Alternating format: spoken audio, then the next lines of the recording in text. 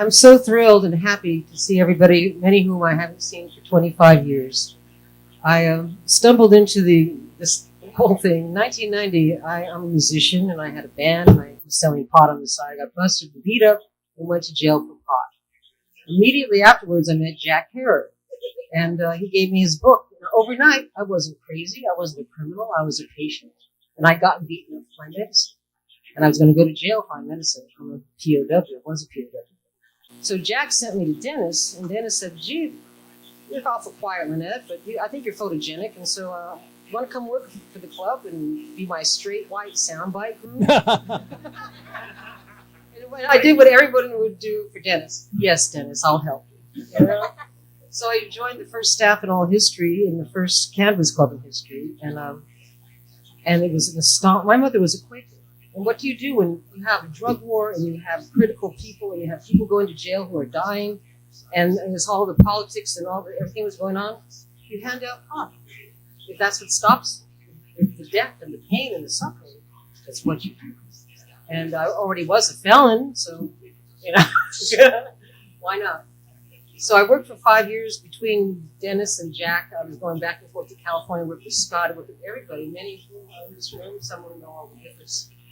And I had a lot of support. I went to work for this kind gentleman you saw earlier here. I was Jack's petition trainer. So I trained 215 petitioners all over the state of California for the campaign. And we won. And in the meantime, I had opened up a illegal but necessary pot club in Fairfax where the Grateful Dead family was. And they had 5 members of the town council, all in the Green Party. We had a lot of political support. We had a lot of moral support.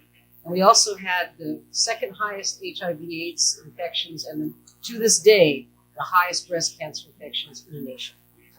So I had this crisis going on, and so I started selling pot. We got together a collective of money. I went and got a pound because I'm a musician. I know what to do.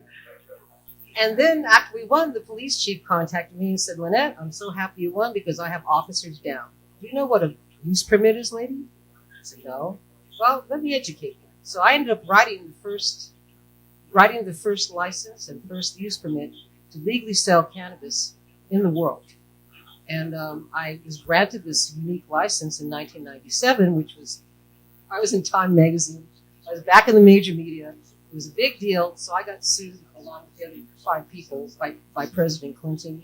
And we were in federal court, civil court. I was singled out after a while as the test case to stop the licensed cannabis industry because I had the only license in the nation. So my case became the test case to stop the entire cannabis industry.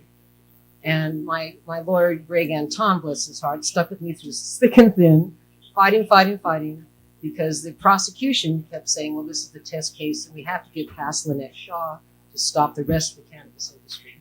They started harassing me. One of the reasons that I apologized to everybody here, I had to disappear because they knew that I knew everybody. They knew that I knew everything. So I couldn't attend conferences because the agents were following me. And they would want your driver's license. They didn't want your car vehicle descriptions. They wanted to know things. They would hassle me. One of the reasons that Marin doesn't have any other cannabis clubs is that the feds invaded Marin County. There's bumper stickers, U.S. out of Fairfax over us. And my landlord lost his $7 million piece of property for 2 years when Obama came in and seized the property because they couldn't get past me in court. So I lost my location, but I never lost my license because we did a good job and it helped everybody in the community. And the town held my license in abeyance. So after 19 years, we finally beat them.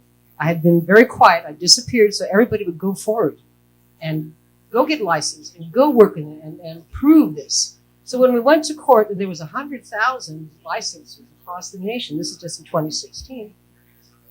And we brought this issue up. Well, why can't Lynnette have her license back? She needs to go back to work. And the prosecution said, we don't care what anyone else has. She just can't have a dispensary in open court. So my judge stood up furious and pointed the finger of shame at the prosecution from D.C. said, don't you remember equal justice under the law?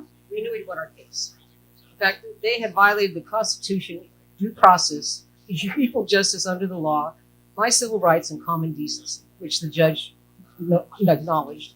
So I'm protected by the federal judge's orders. The DOJ cannot come after me or my license or my licensed dispensary and nobody else because of equal justice under the law. So we saved the cannabis industry. And now I'm back.